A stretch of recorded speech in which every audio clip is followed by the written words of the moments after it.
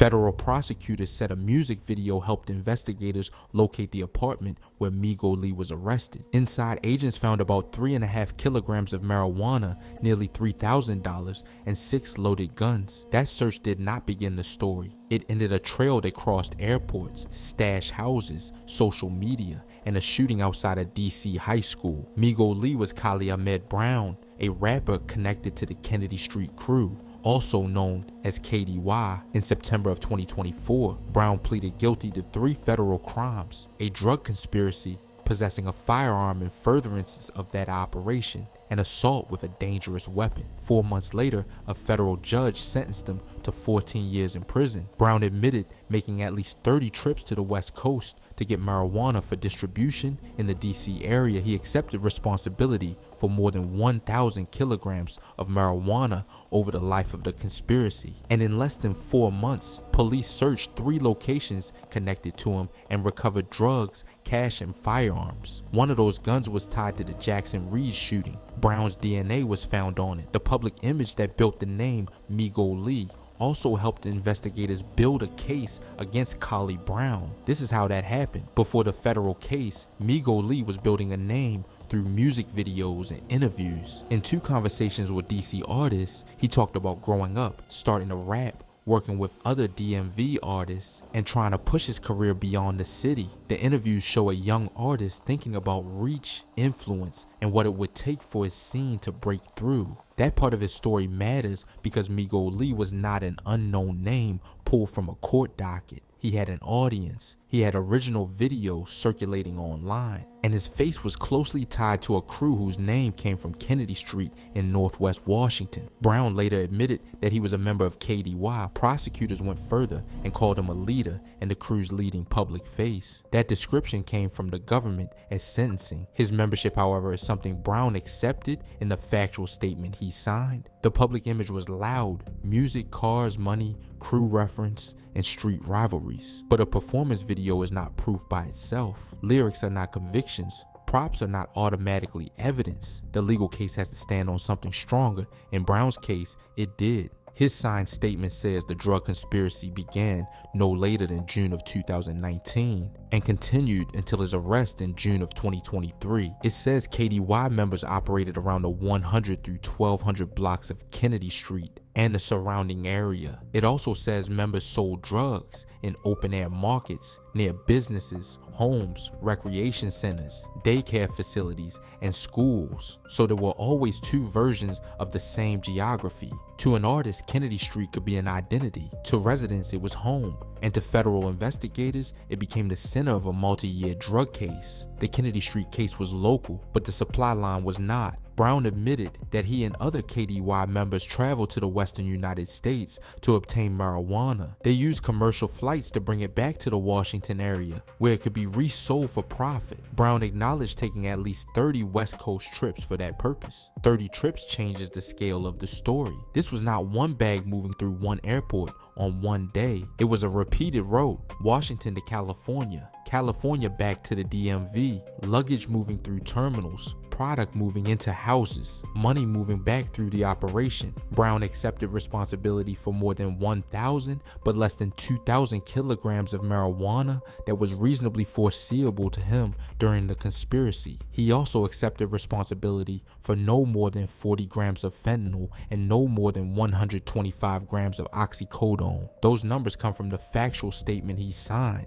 They are not the larger crew-wide totals from the original indictment. The government also said Brown used Instagram to advertise drugs, especially pills. In the sentencing filing, prosecutors included examples of public posts and messages they said showed sales, inventory, and money. Brown's signed statement also acknowledged social media advertising during the conspiracy. That online activity mattered for more than promotion. Investigators said the room's walls and furniture visible in public posts helped them recognize locations connected to the operation. The background of an image could become a clue. A music video set could become an address. A suitcase could connect an airport stop to a house. By the fall of 2022, the route was about to become much more visible. Before the searches and airport stops, Violence had already changed the people around Kennedy Street. At about 7:33 p.m. on September 4th, 2021, gunfire hit the 600 block of Longfellow Street Northwest. Johnny Joyner, Keenan Braxton, and Danetta Dyson were killed. 3 other people were wounded. An official Metropolitan Police Department bulletin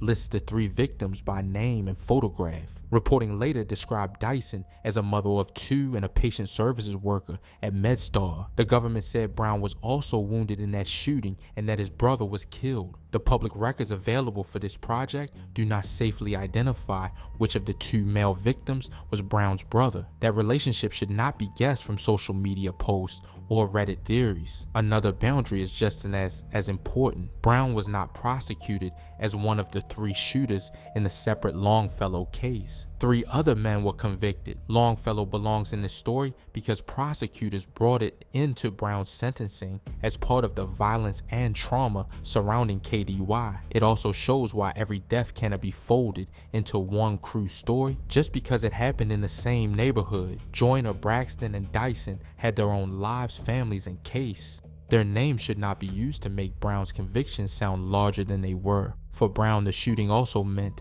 that gun violence was not an abstract image from a song. According to the government, he had been shot and he had lost a brother. What happened next did not move him away from guns. Early on October 10th, 2022, police were called to a house in Bowie, Maryland after a report of gunfire. According to the government's sentencing filing, officers saw bullet holes in a living room window. They saw blood on the floor, spent shell casings, and a blood trail near the front door. Brown's signed statement says he maintained a room inside that residence. When police searched the house, they found much more than damage from the shooting. The signed record lists about 46 3/4 kilograms of marijuana, most of it packed in hard-shell suitcases. It lists oxycodone pills, methamphetamine pills, crack cocaine, and nearly $47,000. 3 firearms were recovered in the house, along with ammunition, magazines, and firearm accessories. Inside Brown's area, officers found about $14,000, oxycodone pills, and additional firearm accessories. Prosecutors said another hard-shell suitcase had been hidden inside a wall near where he slept. They said it contained drum magazines, a conversion kit, more pills, and a digital scale. This was the first major search in Brown's admitted timeline. It also introduced an object that would keep showing up: hard-shell luggage. The address needs one note. Brown's signed statement of offense gives the house number as 2806 Southbridge Court. The government's later sentencing memorandum prints 2608 once. The signed factual statement is the stronger admitted source, so 2806 is the number used here. The conflict does not change what was recovered, but it shows why the exact document matters. The story was no longer only about public posts or a neighborhood drug market. Police now had a house, cash, drugs, guns, and luggage. 16 days later, another set of suitcases appeared at an airport. On October 26, 2022, Brown and several KDY associates returned to Dulles International Airport on a flight from Los Angeles. Their group had checked 7 pieces of luggage. A police dog alerted to the presence of narcotics in the baggage area. Officers temporarily detained members of the group and obtained a search warrant for the bags. Inside the checked luggage, they found about 90 kilograms of marijuana. The marijuana was packed in hard-shell suitcases, like the luggage recovered from the Bowie house earlier that month. That connection made the supply line physical. The flights Brown admitted were no longer just dots on a map. Investigators now had bags moving from Los Angeles to Washington, and they had similar bags inside a house connected to him. Then the case took a violent turn. At about 2:40 in the afternoon on November 18, 2022, gunfire broke out outside Jackson Reed High School in Northwest Washington. Brown's signed statement says he and his co-conspirators fired a Glock 17 toward another person, causing return fire. It says Brown's group started the confrontation and was not acting in reasonable self-defense. The group left in Brown's black Infiniti. A witness reported the car as the suspect vehicle, and surveillance showed it leaving the area after the shooting. Cell location records placed Brown's phone near the scene around the time shots were fired. Afterward, the phone traveled back toward Maryland. Brown later pleaded guilty to assault with a dangerous weapon and aiding and abetting for this event. That wording matters. The record supports that Brown participated in the assault with the group. It does not require the story to guess which individual fired each round. The gun itself did not disappear. 2 months later, police found a Glock 17 in another house. Its serial number had been removed, and it had a machine gun conversion device attached. Brown's DNA was included in the DNA profile taken from the gun. The same firearm tied the school shooting to the next major search. On January 26, 2023, Brown and several KDY members returned from Los Angeles on another overnight flight. This time, they landed at BWI. The group had checked 7 bags. A police dog alerted to narcotics. Officers seized 4 pieces of luggage and detained several travelers. Brown and co-defendant Herman Sinyu got away from the airport with at least 2 of the remaining bags. The 4 seized bags contained about 39 kilograms of marijuana, vacuum sealed inside hard-shell suitcases. Surveillance teams followed Brown and Sinyu to a house at 1704 D Street Northeast. Officers watched them enter with luggage. Later that day, police searched the house. In the basement, they found 10 firearms ammunition, about 21 kilograms of marijuana, fentanyl-laced pills, and oxycodone pills. The drugs were stored in suitcases, consistent with the luggage that had come from the airport. 2 of the firearms had Brown's DNA on them. One was the Glock 17 connected to the Jackson Reed shooting. It had an obliterated serial number and a conversion device. The second was a Glock 29 with an extended magazine. Brown admitted possessing those guns in connection with the drug conspiracy. This was the point where several parts of the case locked together at once. The West Coast flights connected to the BWI luggage. The luggage connected to the D Street house. The drugs connected to the admitted conspiracy. And the Glock connected the house back to the shooting outside the school. Prosecutors later argued that other guns recovered from locations connected to Brown had possible links to additional shootings. Those claims came from the government's sentencing case and from NIBIN leads, which are potential ballistic associations, not final proof by themselves. Brown did not plead guilty to every shooting discussed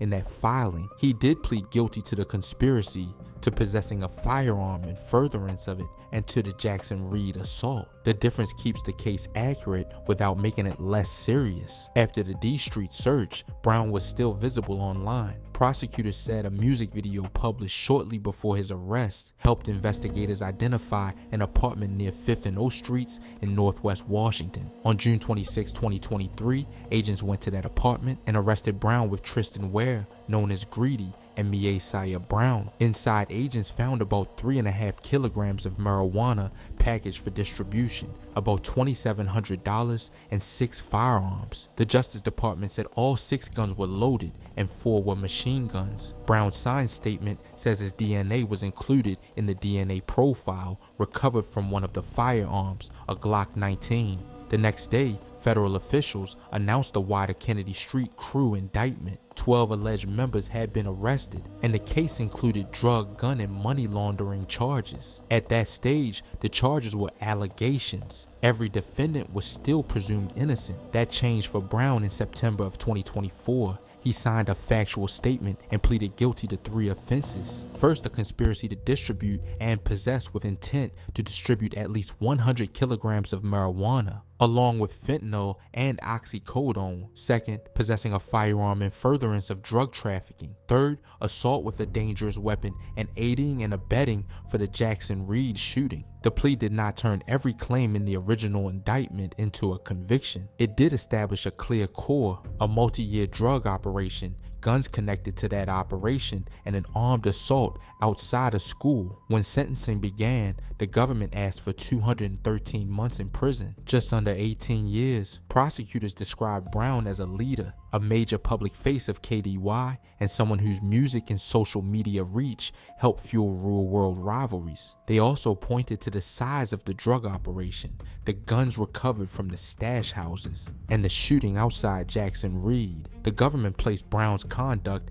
inside a much wider story about violence around Kennedy Street. Its filing listed 5 homicides, resulting in 7 deaths, 19 assaults with dangerous weapons, 1 assault with intent to kill, and about 70 other reports of gunfire during the conspiracy period. Those numbers were part of the prosecution's sentencing argument about the neighborhood and the crew. They were not additional homicide convictions against Brown. That boundary is important because a large case can make every nearby act of violence sound like it belongs to one defendant. Brown's convictions were already serious on their own. He had admitted years of drug distribution. He had admitted using firearms in connection with that operation. And he had admitted taking part in the shooting outside the high school. The judge did not give the government the full 213 months it requested. On January 16, 2025, U.S. District Judge Beryl Howell sentenced Khali Ahmed Brown to 168 months in federal prison and 5 years of supervised release. That is 14 years. Brown was 23 years old at sentencing. The name Migo Lee had been built in public through songs, videos, and interviews. The sentence was imposed under his legal name based on conduct he accepted in court. Migo Lee was the name fans knew. Khali Ahmed Brown was the name on a 14-year federal sentence. A federal sentence closes a criminal case. It does not close a neighborhood story. Kennedy Street was never only a crew name. People lived there, raised children there, ran businesses there, and walked past the same blocks that appeared in federal filings. Some residents later told reporters the corridor felt safer after the arrests and the wider intervention. Others warned that arrests alone could not replace investment, opportunity, and long-term attention. Both things can be true. A drug operation can damage a community. Gun violence can leave families carrying losses for years, and removing people from one street does not automatically fix everything that allowed the cycle to grow. Johnny Joyner, Keenan Braxton, and Danetta Dyson remain part of that human cost. Their deaths should not be assigned to Brown without evidence. Their names still matter because the violence around Kennedy Street reached far beyond a sentence on paper. Migo Lee also remains part of the DMV music story. Artists have described his influence, and his old videos still preserve the image he built before the arrest. But the court record preserves something different. Khali Ahmed Brown admitted joining a drug conspiracy that lasted for years. He admitted repeated West Coast trips, large-scale marijuana distribution, firearms tied to the operation, and an armed assault outside a school. That is the story behind the public image. The full court documents, source links, and legal status notes for this case will be collected in the Top Trend Report TVD case file.